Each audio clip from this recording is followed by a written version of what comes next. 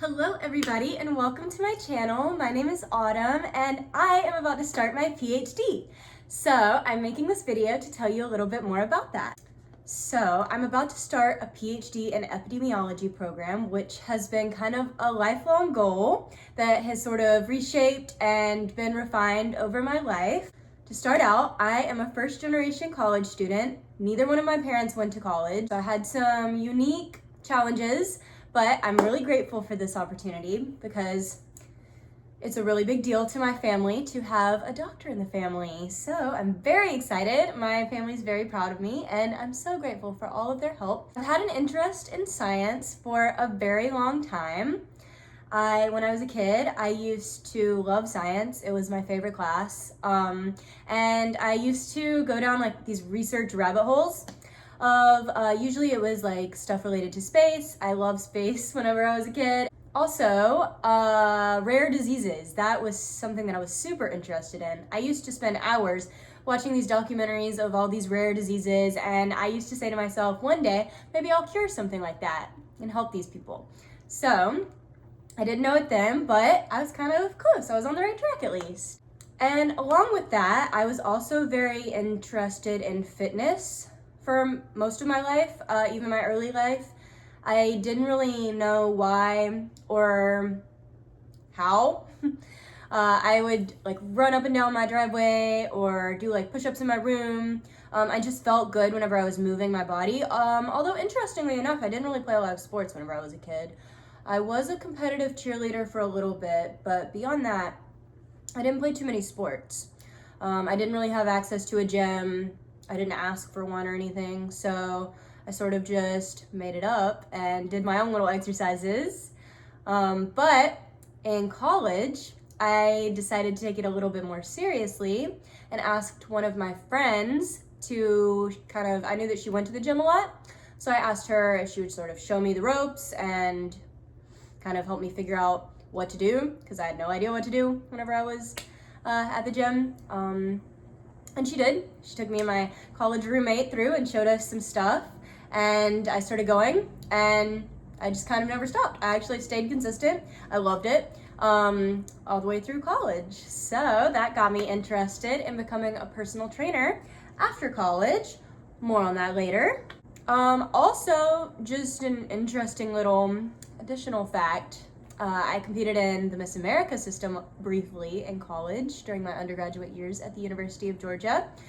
I competed for the Miss Georgia organization and I had 2 local titles. So the way that it works is you get like a local title, like your city or your county or your school, and then you compete for the state title, so Miss Georgia, and then you compete for Miss America if you win Miss Georgia.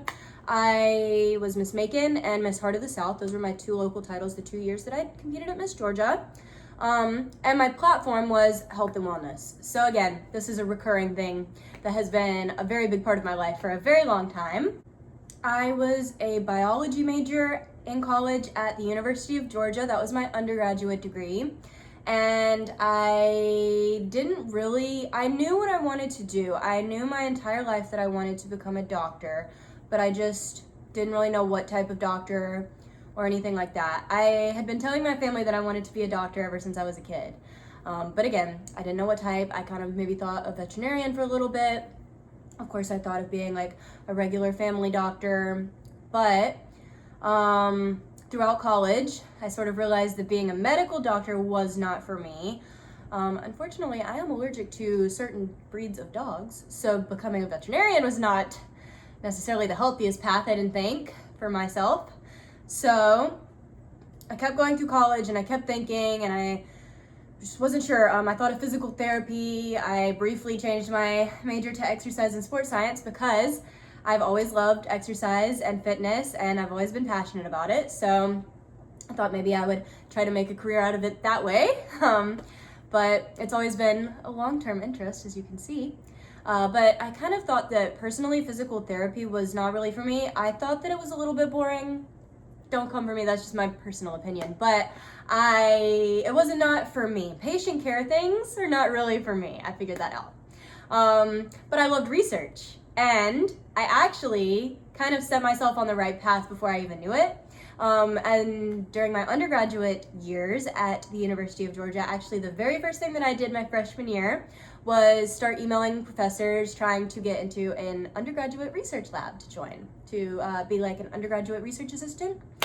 That was the very first thing that I did, and the very first resume building thing that I did in college. So I was actually accepted to a research lab, a concussion research lab, my freshman year at the University of Georgia. My second semester of my freshman year I started. And I stayed in that lab all the way until I graduated with my bachelor's degree in biology. Again, that also switched a few times. I started out as a biochemistry major. That was a little harder than I expected it to be.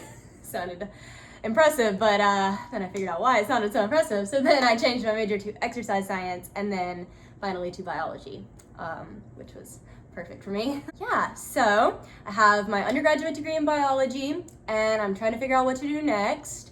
My university had this program called Double Dogs. So dogs are mascot, but you could get your bachelor's degree and your master's degree in a total of 5 years. So it's like a 4+1 is what other schools call it. So I did that, and I was looking through the master's degree options because I still didn't quite know what I wanted to do at this point. So I thought maybe a master's degree could help me kind of narrow it down, figure out kind of what I'm interested in. So I found that they had one for a master's in public health in epidemiology for my undergraduate degree. So this was like my second or third year, like late second year, early third year of college. So I decided to do that one to buy myself a little bit of extra time, look into some things that I hadn't really experienced before, and maybe that will help me make a decision. And it did. I'm so glad that I did that. So I did my master's degree, and during that last year, you have to do an applied practice like internship or of some sort. So I did not want to do a traditional internship. I did not really know what I wanted to do, but I knew that I didn't want to do something like with the state health department, like a policy thing or anything like that. I wanted to be very intentional about my internship. So I decided to actively, again, email out and seek out a professor who would maybe be willing to help me put together something unique that is more in line with my goals. And I realized by this point that I probably wanted to do a PhD as my doctorate degree of choice because I had been interested in research for all of college. Whenever I looked at my college, that's what I saw was research. From my freshman year, that concussion lab, I did another research lab. It was a genetics lab for an entire year until the funding ran out. That was a paid position, and they lost the funding for it. So that's the only reason that I quit that one. And then this internship that we created ended up being like a research-based internship because I told him that that's what I was interested in. So he worked for this cognitive aging clinic on campus that was partnered with the school, but it was kind of its own thing too. So we kind of set something up there. I told him about my interests and about my PhD being my goal. And we created this internship of sorts that was research based. So I made this guidebook about the FDA approval process for Alzheimer's and dementia drugs. So this got sort of the regulatory aspect of research that I hadn't really gotten super familiar with. I was familiar with the biological aspect of clinical research, but not so much the regulatory aspect. So I wanted to kind of see what that was all about. What does it take to do an actual FDA approved research project? Kind of dip my toe in, and I had a lot of fun with that. And I had a lot of fun making that connection with the professor and seeking out an internship, kind of building this internship that was perfect for me. So I'm very grateful for that opportunity. And I stayed in touch with that professor intentionally. So it's a little tip. Always try to stay in touch with these mentors, especially if they're nice and open to being your mentors, because that can help you out a lot later. So when trying to decide what I wanted my PhD to be in, it seems kind of obvious because my master's degree is already in epidemiology, but I did the internship experience in dementia with neuroscientists. So the professor that I worked with there was actually a neuroscientist, and I, at the time, had decided to get certified to be a personal trainer, mostly for my own just educational curiosity. I wanted to sort of use it as a way to inform my own training, and kind of get more serious about the exercise, sort of learn more. Because up until this point, I had still been doing what my friend had showed me like 2 or so years before. My college friend, when she first introduced me to the gym, I was still just doing all of the same things that she showed me. I was venturing out maybe a little bit here and there, but not too much, because I just didn't know a lot still. So I wanted to sort of experiment and learn more. So I decided to get certified to be a personal trainer, which added another element of, I don't really know where I want to go next because I'm passionate about all of this. So I thought about maybe a PhD in nutrition, PhD in exercise science, neuroscience, epidemiology. Those were the ones that kind of were my biggest favorite. Of course, I thought about it, but epidemiology actually is actually similar to why I chose biology over like exercise science and biochemistry. Biology allowed me to take multiple classes across the whole spectrum of biology, so I have a lot of interests. I've always had a lot of interests, and I've always had trouble narrowing down and making decisions. My undergraduate interests were like microbiology, ecology, genetics, stuff like that. I loved all of those things, but if I majored in just biology, I got to take a little bit of everything. So similar to that, epidemiology, that's also why I chose that. I actually didn't really notice that until just now. So, interesting observation. Good thing to know about myself. But epidemiology kind of is the study. Oh, let me define it for you guys. Let me Google the definition. So according to the internet, the definition of epidemiology, it's hard for me to say too, is the scientific study of the distribution and determinants of health-related states or events in a specified population. So basically, it studies the causes of diseases and how to prevent them, essentially. So there's kind of two main branches. There's infectious disease epidemiology, which would be something like COVID-19 or Zika virus, something like that. An infectious disease. Short-term, global, stuff like that.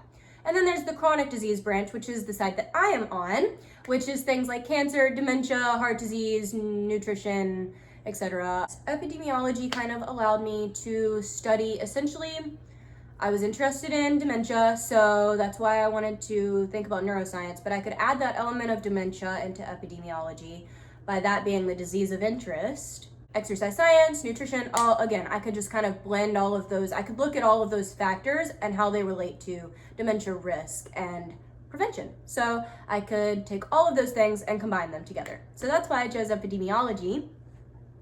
It's perfect, and I'm very excited. So I graduated with my undergraduate degree in 4 years in 2023 with my biology degree. And then I graduated with my MPH, my master's degree, in 2024, the following year. After that, I was a bit tired. I was burnt out as far as school goes, but I still knew that I wanted my doctorate degree, but I think I just needed a little bit of a rest. I took summer classes for every single summer that I was in school to try to kind of maximize my classes because I'm a huge nerd and I really like school, and there were a lot of classes that I found really interesting and wanted to take. So I ended up taking summer classes, and also to help me get my master's degree within the 5 years as well. So I graduated in May of 2024 and I started applying for jobs, partly for a little rest and recuperation time, and also to kind of get out there in the field and see what it's like, what having a full-time job is like, and what the application process is like, how difficult it is to get a job, what kind of jobs are interested in me, what do I like, what don't I like in this job, just really kind of exploring and really solidifying my research question. I kind of knew that I wanted to study dementia, and I knew that I wanted my PhD in epidemiology, but I didn't know exactly how I wanted to frame it yet. And I didn't know if that was 100% what I wanted to do, or if I just wanted to do it because of my internship, but maybe if I got out there and did some research on something else, maybe that would be more interesting to me. So decided to get a job, and I got a job as a research coordinator at a children's hospital doing, basically looking at babies with heart defects. researching, like helping the doctors research these new drugs and surgical methods to kind of fix these babies' hearts. So I worked there. I said I wanted to work there for 2 years. And I did. I'm coming up on exactly 2 years this summer. So, yay! I did pretty much exactly what my plan was, and I'm very proud of myself for that. That kind of confirmed to me that I can trust myself and trust my gut, and I can keep a promise to myself. So that was very reassuring. While I was working as a research coordinator for these past 2 years, I also worked as a personal trainer because I really like to stay busy. I'm the type of person that likes to stay very busy and occupied. And I got bored not being in school anymore, because when I was a student, I always had a part-time job of some sort as well. I had like just all kinds of stuff that I was doing. You know, I was going to the gym and running, and I had a job, and I was a student, everything. We had a flexible schedule, so my hours are 7 to 3:30 right now, where I work as a research coordinator. So I get home at 3:30, and then I would clean up the house, cook, but then I didn't really have anything to do. I mean, I would go to the gym, but there were still so many hours. Like all of that I feel like was done by about 5 or 6, and then I still had like 2 or 3 hours to go find something to do. So I got bored and decided to get a job as a personal trainer and actually use my certificate. I was gonna actually, the first plan was just to work and see if work for long enough to pay the certificate off, like for it to pay itself off. So I think it was like $1,000 to get certified. So like long enough to make $1,000 back, and then it's girl math, so it's free certificate. But I actually loved it. I fell in love with being a personal trainer, and I am still a personal trainer now. It's actually like one of my favorite jobs that I've ever had. Now let's move on to the school that I chose and the application process and all of that super fun stuff. So I applied. I decided to officially apply. I sat down and said, okay, yes, 2 years is still good. I still want to apply this year. Let's start looking into it. So I started looking into it. I decided to sit down last spring and sort of start looking at the applications. They didn't open until August, but they didn't start opening until August. But I decided to just sit down and see kind of what I needed, kind of start talking to some people for letters of recommendations, kind of getting my personal statement, get that ball rolling, you know. And then in the summer, I started reaching out to people and asking for letters of recommendation. And then when the first application opened in August, I went ahead and started it, and I was so excited. I applied to 9 schools. Let's see if I can remember them. All of these schools had some sort of focus on chronic disease prevention, and that's why I chose them. But it was Vanderbilt, Rutgers, Emory, Drexel, UPitt, the University of Florida, the University of South Carolina, Georgia State, and UGA. Yes. So those 9 schools. I actually went to UGA for my undergrad, so that's why I applied there, because I still knew some of the professors, and I actually talked to the professor who helped me design my MPH internship. I kind of asked him to help me guide me through this process and sort of help me iron out my application. So I'm very grateful for him for helping me. But yes, I applied to those 9 schools, and out of them, I chose to attend the University of South Carolina. Yay! I thought it would be cute to wear my little sweatshirt. So the reason that I ended up choosing the University of South Carolina, it came down to them, UGA, and the University of Florida. But I really liked the University of South Carolina's program fit. It literally felt like that program was made for me. First off, they actually combine their funding for their epidemiology, exercise science, and psychology departments. They have this separate program that funding comes from for all 3 of those programs, and that's basically exactly what I like. I want to focus on exercise and lifestyle factors and why helping people overcome the difficult like psychological barriers of staying fit and preventing these chronic diseases. That's essentially right where I want to go. So it just seemed like such a perfect match. I talked to a faculty mentor because you have to get a faculty mentor matched with you to get accepted to the University of South Carolina.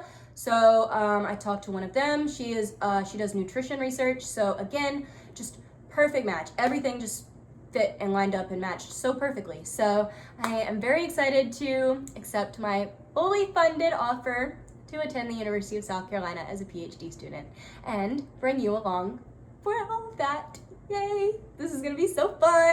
So next I'm gonna tell you kind of what my plan is for in between now. It is the end of April when I am filming this, and August whenever I will move and kind of start really start my PhD. So right now I'm really gonna focus over these next 4 months on getting back into a routine, getting motivated again, getting that like those student habits back again, like planning my schoolwork and deadlines and just doing that extra work, the homework, stuff like that. But I don't want to burn myself out either. So I'm basically focused on, I'm actually doing this little challenge. If anybody has ever heard of the Mel Robbins podcast, I am a big fan of that podcast. She did an episode with Debbie Millman where it was about like designing your dream life. And she has this challenge that she gives to her students. She's a professor. And it's like a 100-day challenge, and they have to create something new every day of that 100 days for their portfolio. She's like a graphic design instructor. So I decided to take that challenge and make it my own PhD student edition. So I actually, whenever I was listening to that podcast, I had exactly 100 days until August 1st. So I took that as a sign. And I'm basically going to work on creating content for you guys to follow along with my PhD journey, creating like stuff for my portfolio. So like reading academic papers and kind of creating a summary, creating some like data analysis introductory, like kind of just knock the dust off from my master's degree, that sort of thing. Creating some stuff for my personal training clients, all of that. Over these next 100 days. So I've been working as a personal trainer for about 1.5 years now, and it actually works out perfectly because I am just going to transfer. There's another gym in my same chain in Columbia, so I'm going to transfer gyms and I'm going to continue training clients as a PhD student part-time because it is a very flexible schedule and it works perfectly with my vibe and my interests and my passions, and I love the job. So I'm very excited about that and continuing to kind of learn and grow and improve what I bring to the table for my clients. And I really hope to, throughout this journey, kind of combine what I learned in my PhD with my personal training and just sort of really build my own professional, trustworthy, reliable brand of like wellness, science-informed wellness content.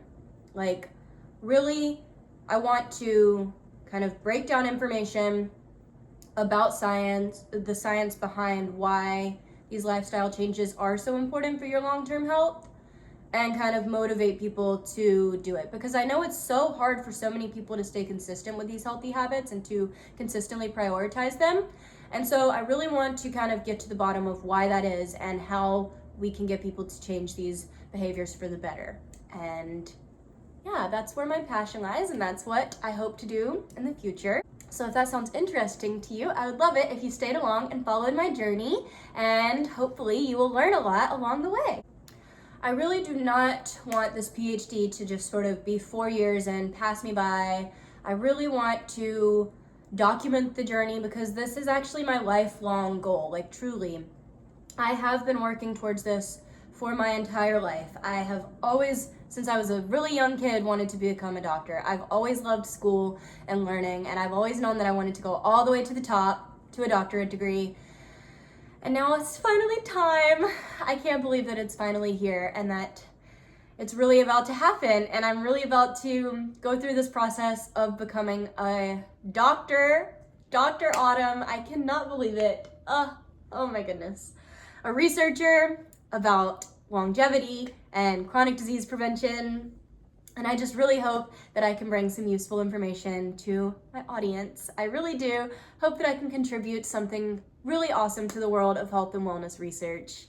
So, thank you so much for watching and follow along. If you're interested, I plan on basically doing a lot of like student life stuff, kind of a look into what it's like to be a PhD student, planning my weeks and what my weeks actually look like and what it looks like with me being a student and a personal trainer simultaneously, and kind of building both of those two careers to hopefully merge them together.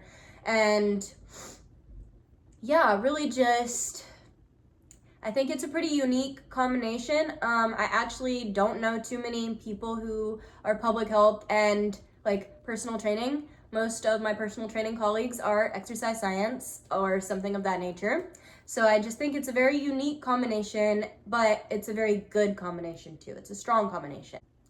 And I want to focus on like what my actual life is like, a kind of a look into my life, and also what I'm learning throughout the research too. Like, I want to summarize some of the stuff in an easy to understand way from the research articles that I'll be reading and the research that I'll be conducting myself, kind of just bringing that to the public in an easy to understand and accessible way. And I also just want to make these habits fun for the public and doable. Even if they're not like the most fun thing that you do, I do believe that everybody can find a way to stay fit that's fun for them. I truly do believe that fitness can be fun. These healthy habits can be achievable if we just work together to find the right way to do that and to make that all happen. So again, thank you so much for watching this video, and I hope that you will follow along with my journey, and I'm just so very excited. So thank you so much. Bye. I will see you guys next time.